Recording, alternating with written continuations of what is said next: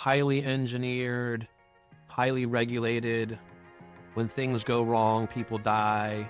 Everything that makes something hard also makes it hard for competitors. I think you should be challenging yourself to the other side. If something is very easily going to get to revenue, what is the barrier to competition for everybody else to follow that thing? I see regulatory rigor as a potential barrier to competition. You're really just trying to get to how well do they really understand the challenge. The FDA are people too. What's implied in disruption is that there is some incumbent that's going to be disrupted. No incumbent is sitting there waking up in the morning and said, please disrupt me today. The diligence there is, oh, this credible person's doing this must be pretty good. Every place in the world other than Boston and San Francisco have a shortage of entrepreneurs. The money itself doesn't do anything for you. It's the ability to get that expert work done. Welcome to The Diligent Observer, the first podcast exclusively focused on helping angel investors make better bets. I'm your host, Andrew, and every week we explore what works, what doesn't, and why through conversations with experienced startup investors and operators. My guest today is Pete ONeill, Chief Innovation Officer at Texas A&M University and the former Executive Director at the Cleveland Clinic. In this episode, Pete shares his take on evaluating heavily regulated industries, spotting credible founders, why regulatory hurdles can actually create stronger competitive moats, and why evolutionary opportunities can sometimes be better than the revolutionary ones. I hope you enjoy learning from Pete as much as I did. Pete, thank you for being with me today. My pleasure. Thanks for having me. Okay, so Pete, I want to start with an area of your background that I wasn't familiar with until preparing for this episode, and that is that you spent a number of years working in the investment casting industry. Is that right? I did. Okay, so I went on a long rabbit hole before this call. What is investment casting? How does it work? Fascinating technology that's been around for thousands of years, apparently. I wonder if you could share a couple of takeaways or lessons learned from your first few years as an engineer in the investment casting space.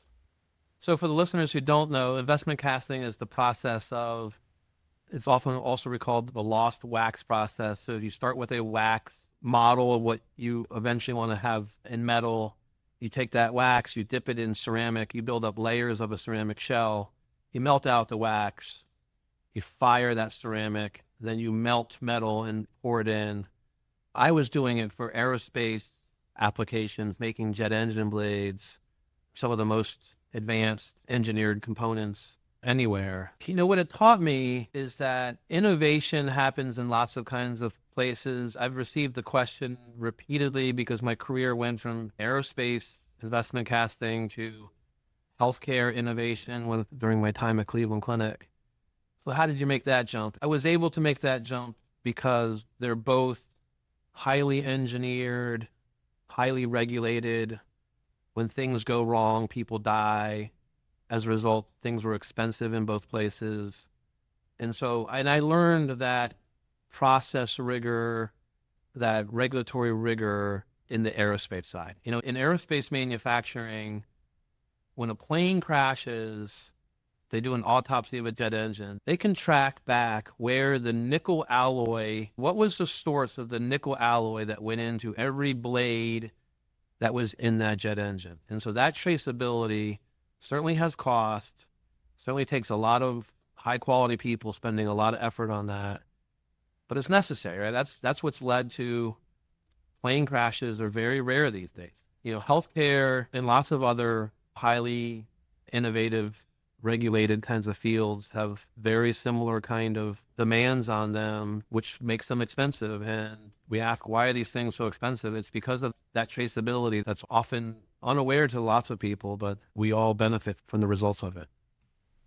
Well, Pete, I think that point about when things go wrong, people die is super important. But when we think about innovation, it's really difficult in the face of a highly regulated space. And I often see early stage investors shy away from these opportunities in deep technology, in military applications, in healthcare, where they'll say, oh, I'm only a startup investor in software because I can see revenue. It's really simple, really cheap to get off the ground and test, whereas that is not the case in this world.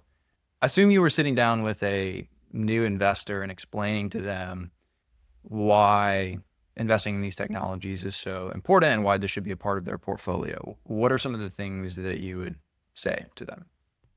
Well, everything that makes something hard for the current opportunity also makes it hard for competitors. And I think that's really the opportunity. So in healthcare, I've started a couple companies in healthcare.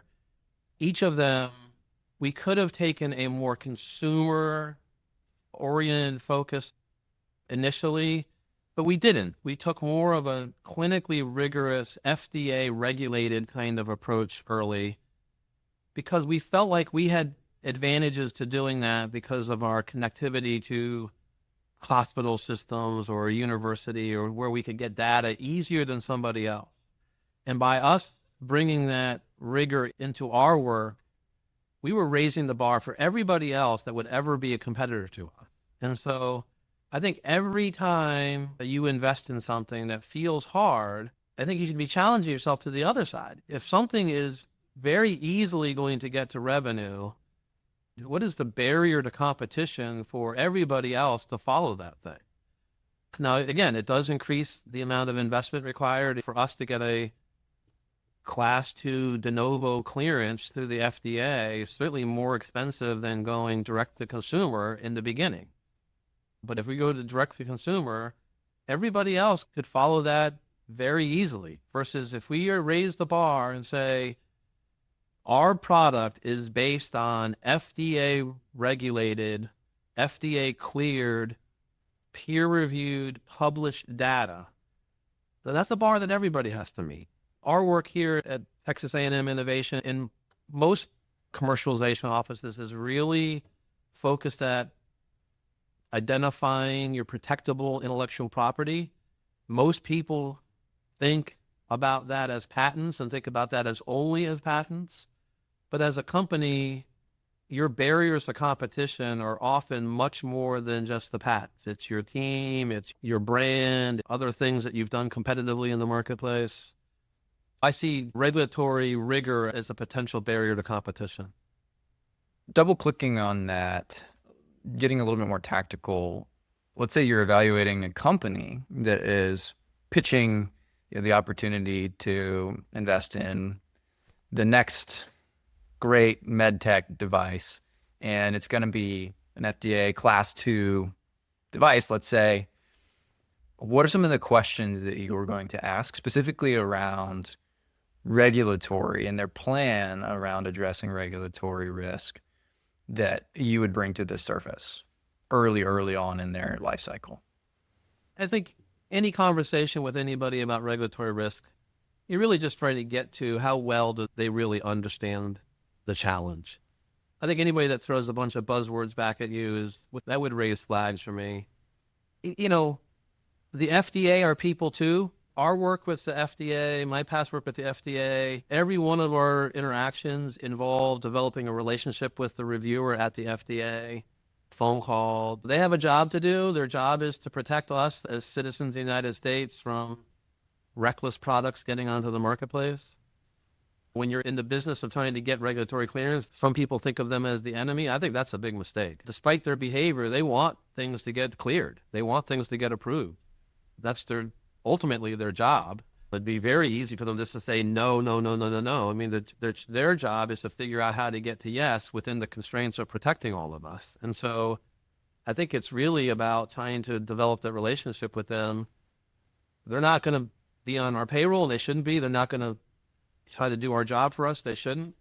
But we should be able to be well aligned with how do we get to yes on a product, an innovative product, getting to the marketplace that's going to provide, in the case of healthcare, better care, better results for a patient that's using that product. That's what the FDA wants. That's what companies want. Don't treat the FDA or any other regulatory group like they're adversaries. And for one, they're used to that, and they're probably sick of it if you think about what those human beings go through every day.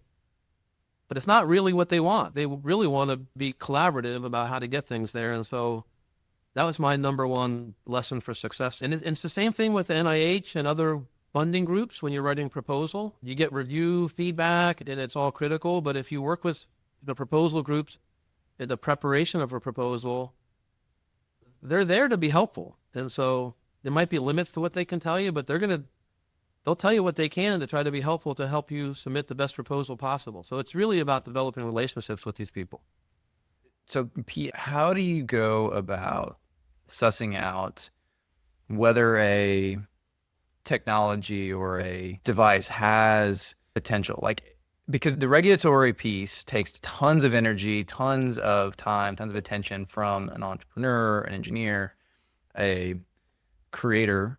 But there's this whole demand side of the market that is oftentimes not talked about as much. And I feel like I see a lot of investors hesitant about, because the technology might have 1, 2, 3 patents around it and have all this approval, but limited to no kind of user data or market analysis. And so understanding the actual market around these technologies seems to be a common stick point for investors. What are some of your tricks or frameworks for understanding if there really is a market for a given technology?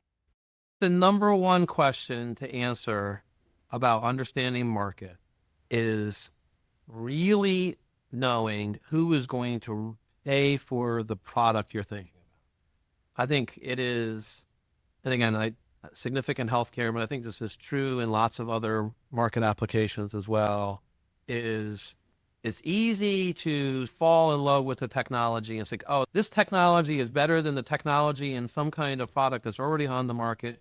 And therefore, every customer that's buying that current product is going to overnight switch and then buy my product.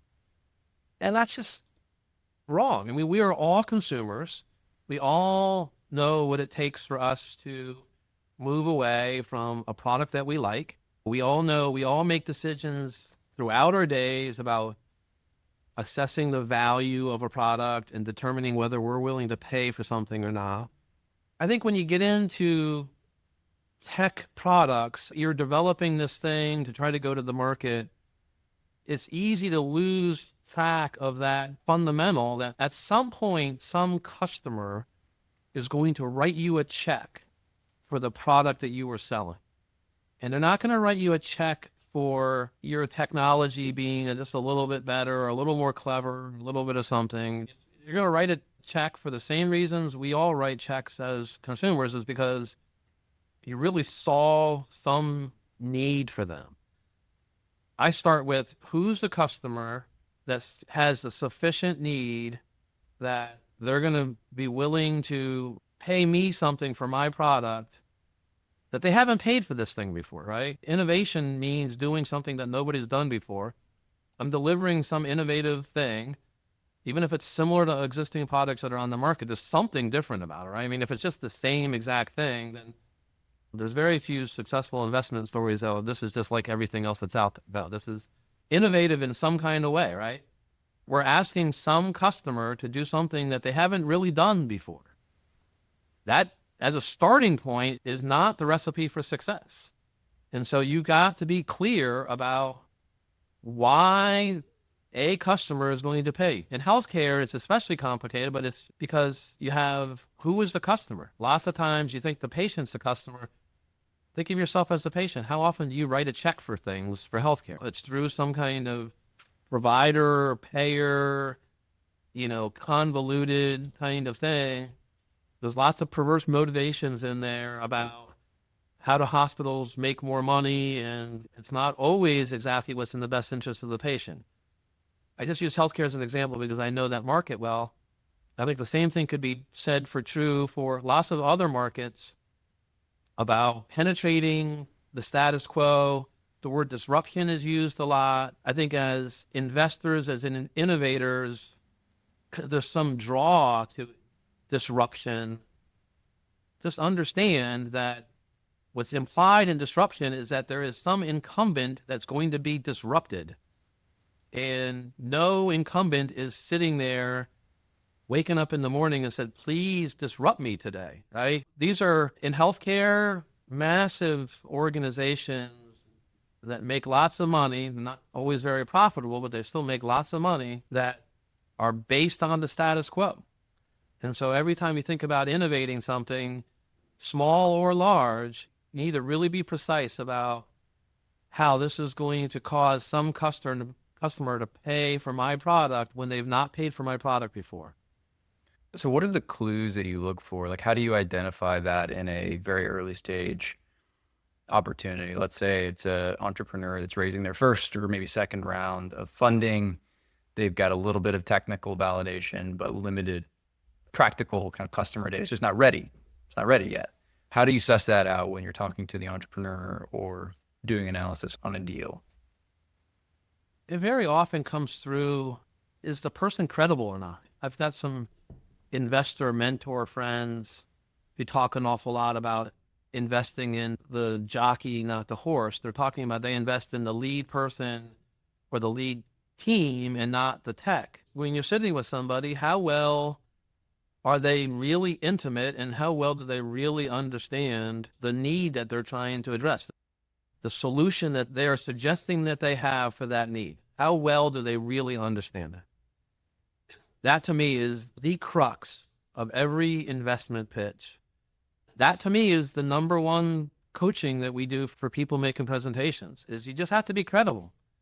If you think about it, if you say one thing in a presentation that the listener knows is false, everything else you said is now ruined, because, I mean, you think about it, you're presenting information to somebody that doesn't really know that information, right? You're presenting new information. You can't fake it. I've made this mistake myself. I continue to make this mistake. And I coach myself to not do that. If I don't know something, it's better to say, I just don't know, I'll get you the answer, than to fumble through some response where the result of that is almost less about what the response was. The result of that is that you portray that you're not sufficiently expert and you're not credible in the role that you're representing. And that's really what is happening in that investment pitch is, are you investable? Is the opportunity investable? Number one job to do there is, as a presenter and as an assessor, is this presentation and is a person credible or not? I love it. Well, it speaks to so much of the theme that I've heard on this podcast, especially for these very early on opportunities where there is very little traction and track record to point to. It's all about the team. Do these people have what it takes? A good team of people is going to present a credible story. And it might be a very expensive story, right? Somebody shouldn't present to you that they're going to deliver to you something worth billions of dollars and it's only going to take a few $100,000 of investment. I don't even know what they're saying, right? That's just not a credible situation. I think that's why people invest in people with a track record. I mean, those people with a track record, their time is precious. They're not going to invest their time in presenting an opportunity unless they've bought into that. That's the opportunity that they want to invest their time in. If they have a track record, then they have the ability to shop around for what their next opportunity. So they've picked this one, and the diligence there is, oh, this credible person is doing this. This must be pretty good. Of course, lots of examples where really smart people get tricked. One of them, most famous examples in the history of investing, is right down the road from us. Theranos, Elizabeth Holmes, is right down the road. Some incredibly experienced investors invested a lot of money in her, and they were all fooled, completely fooled. It will happen. That's why it's called investing and not loaning money. You're not making a loan, you're making an investment. And that's why there's the opportunity to have a return on that investment, because there's risk associated with it. Well, we want to minimize that as much as possible, but certainly appreciate that reference. And that, I think, has had huge impact on a lot of people's diligence processes, and to your point, has made pretty big ripples in the ecosystem. So you talked about track record, Pete, and I want to talk a little bit more about your track record. So you spent over a decade at the Cleveland Clinic. In the middle of that, you had a stint as a CEO of an orthopedics company. I wonder if you could summarize the story for what led you to take that opportunity and then how you found your way back to Cleveland Clinic. I tell people I'm entrepreneurial. I'm not an entrepreneur. I'm certainly not an entrepreneur today. I'm employed by the state of Texas. I didn't join Cleveland Clinic with any plan or aspiration of starting a company. It just happened. The specifics of that, I was the lead for orthopedics, gave me the opportunity to work with the chair of the department, a very innovative guy, MD, PhD, thought leader in his field. I received the invention disclosure in 2007. We put a small amount of money into it in 2008. We wrote a proposal and received $3 million in 2009. In 2011, we signed a 8-digit license agreement with one of the big orthopedic companies, and then separately spun off another piece of the intellectual property into a spin-off company, and I went with that company. Like I said, I never planned for that to happen. On the other hand, the idea of that company moving forward without me was just wrong. It was wrong for me. It was wrong for the project. And so I think there's lots of different flavors of entrepreneur. I'm an entrepreneur of a build it, the bottom up, building it kind of entrepreneur.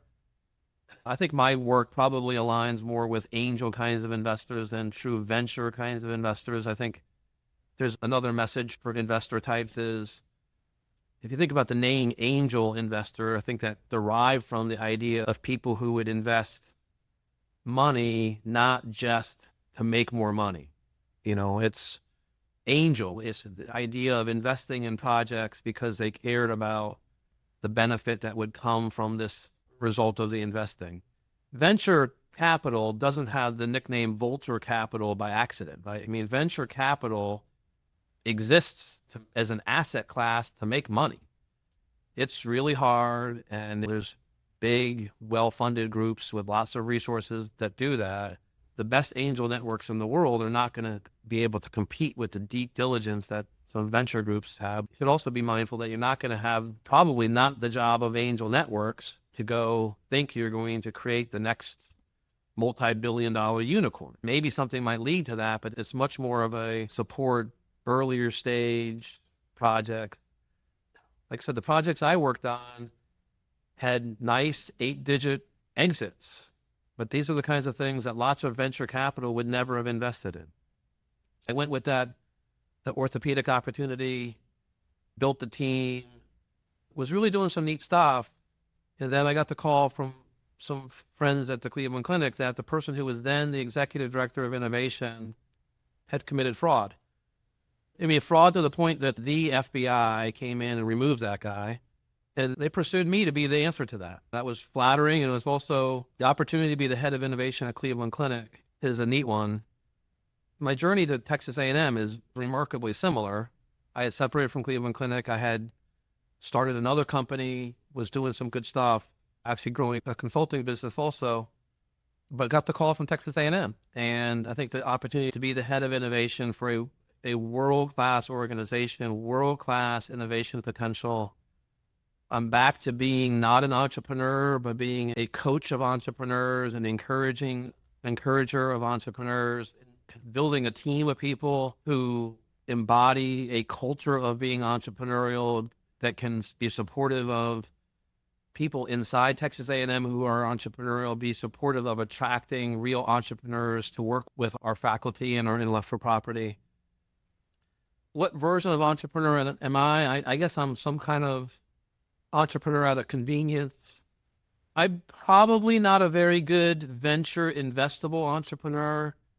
Venture wants to hear stories that are going to disrupt large markets and therefore have the ability to make lots of money.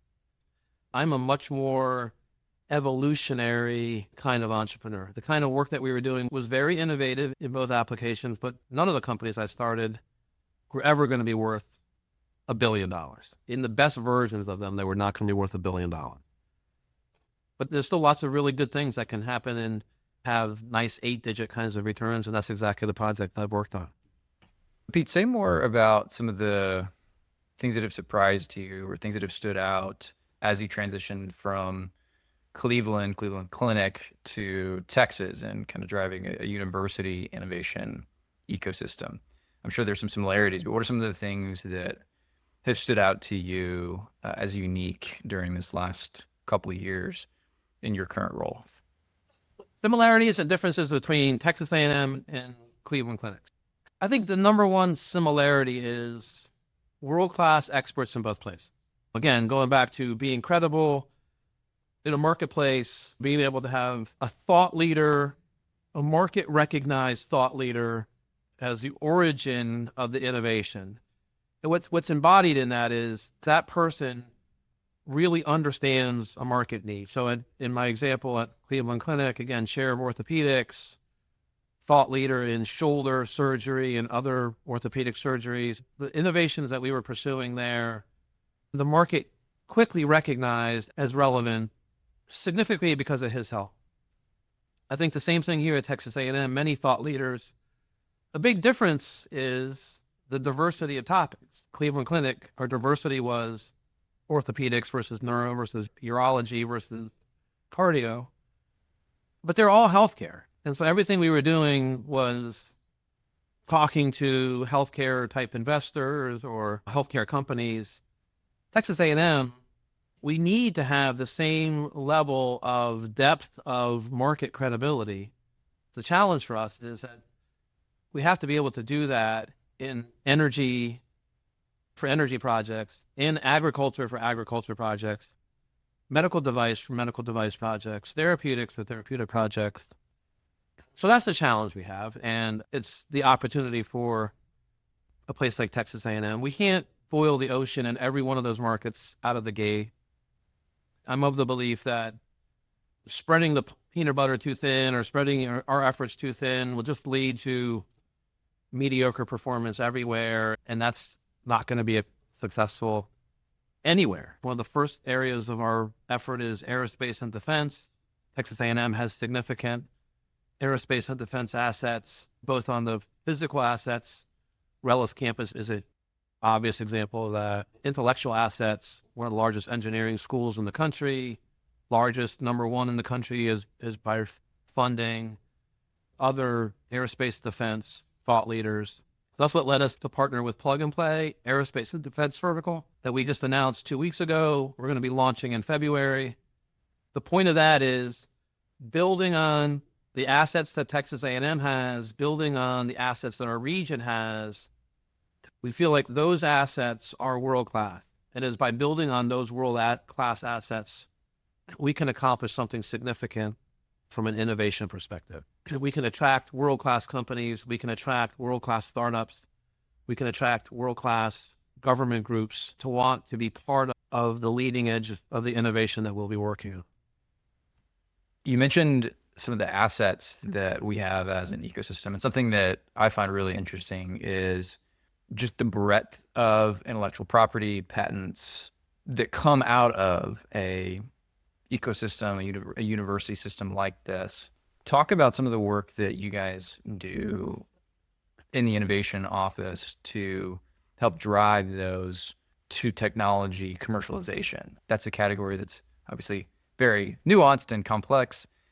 But for the average investor, what are some things that you think characterize doing that well, doing that effectively, as opposed to just picking a number out of a hat and saying, let's run with this one? I'm of the mindset that achieving a commercialization result takes more than just filing a patent. That's a piece of it, but being supportive and nurturing of the entrepreneur role. I say it that way, entrepreneur role, because I think the human being who will be the entrepreneur lead for a project is likely to evolve through the life of a project. It makes sense that it's early days. It'll be the inventor. I think it's rare, I might even say very rare, somebody who has guided their career towards being a tenured faculty is the same human being that is the right person to be the head of a company that's going to receive investment from angels, or dare I say even venture investors.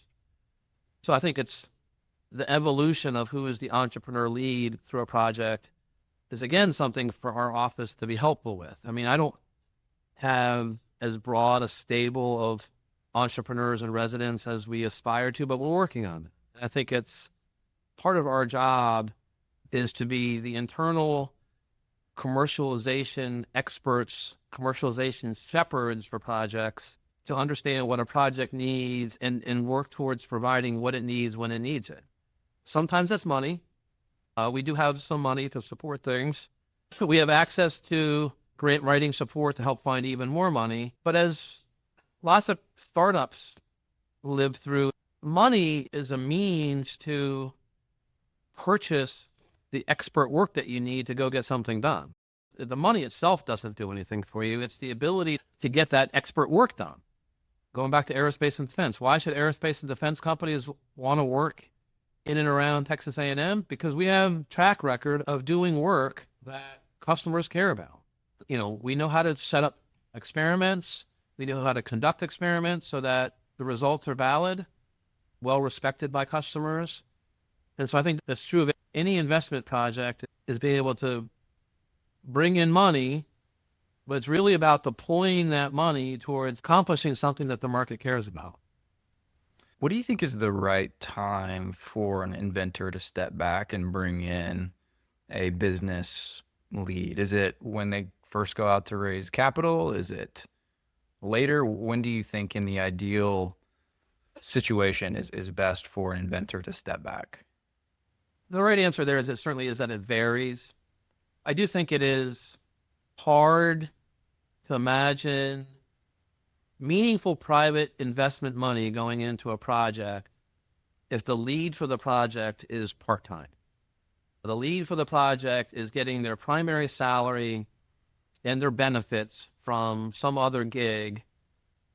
Twice I have been a real entrepreneur, and to me, the distinguishing thing about being an entrepreneur versus a company founder is I put my personal financial existence into the company. I got my paycheck from the company. I took my benefits from the company.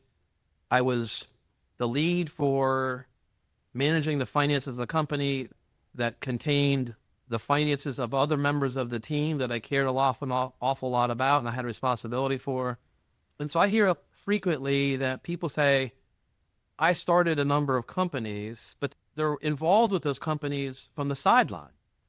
They're not in the company, like their financial existence, their financial sustainability is linked to the sustainability of that company.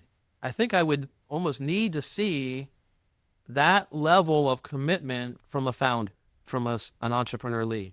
Said another way, if the person who's on the sideline is like, well, that company goes away, I'm doing okay, I'll go to the next thing. Who's going to invest in that, right? I'm not writing my cash. I mean, those are the kinds of companies that government and other kind of grant agencies fund, maybe. But if I'm really doing diligence and it's my money, I want the people running that company to be in some version of desperate. They certainly want them focused on deploying my money to add value, to create value. When is the right time? It varies.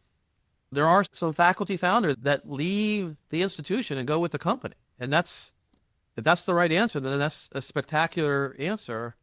It's just rare because, again, think about these faculty have chosen a career path and that they're a necessary part of the team. They're world leaders in their fields. They're world accomplished innovators by definition of what they've invented that's driving the project. Keep them in that role. There's nothing lesser about that role. It's just, being the entrepreneur lead is just a different role.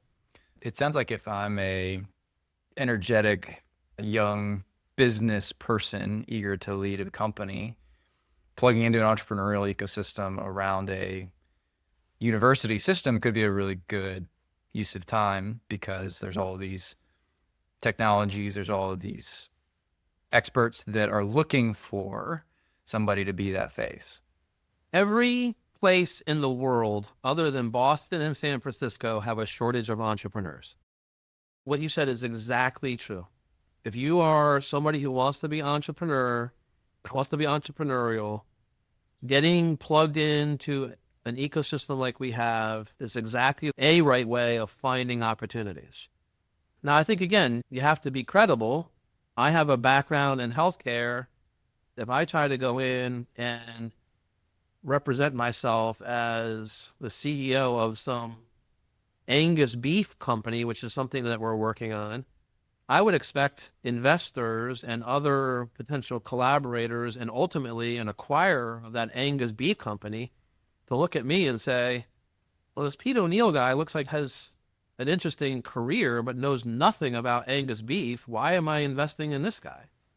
Right. And so I think it's also important to have honest self-reflection about what you are and what you aren't, because if you don't, the investors certainly will. And I think that's the same job as for angels. You're doing that diligence for your own investment.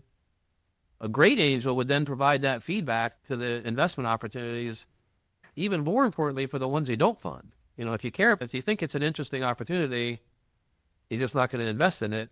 Explain why and be honest, because that's exactly what that entrepreneur needs to hear about why you were no. If they have any hope of ever getting to yes, they need to know why you were no. Pete, what are some of the things that you're excited about right now, either at A&M or in innovation more broadly? Well, I mentioned Angus beef because that is an actual project we're working where we've had an external company that's done some work, Angus beef genetic work, and wants to collaborate with Texas A&M to advance their work. I think that is an area where A&M has the potential to be very impactful, is what I call external innovation, where companies that have an innovation of their own but need help get it over the finish line. And Texas A&M has that expertise that we can contribute to helping those companies get over the finish line. I tell people that A&M is a not-for-profit. We're not a charity. I think it's not appropriate for us to give away our expertise. I think it's our office's job to structure fair deals for the external entity, fair deals for Texas A&M, and therefore the citizens of the state of Texas. But I think there's tremendous opportunity for Texas A&M to be impactful across a wide range of companies by applying our intellectual property in the form of know-how and facilities. And so I come back to plug and play. That is exactly what I'm envisioning happening there. We're going to have large entities that have innovation needs. We have small companies that have potential technology solutions, but they're going to need some work to get that solution to match what the large entity needs. I think that's exactly a place for Texas A&M to play, to help these small companies finish their work so that it's ready for a large entity to invest in them, acquire them, purchase from them, whatever success looks like. Those are the kinds of opportunities that I'm excited about. And that's never going to take away from our own internal support for the patents and other intellectual property that derive from the $1.3 billion a year of research. Love it. Pete, we will wrap there. Thank you so much for joining me. Thanks again. Really good. Thank you. Thanks for listening to this episode of The Diligent Observer. I'm your host, Andrew Taslow, and if you are looking to make better bets as an angel investor, subscribe for more at thediligentobserver.substack.com.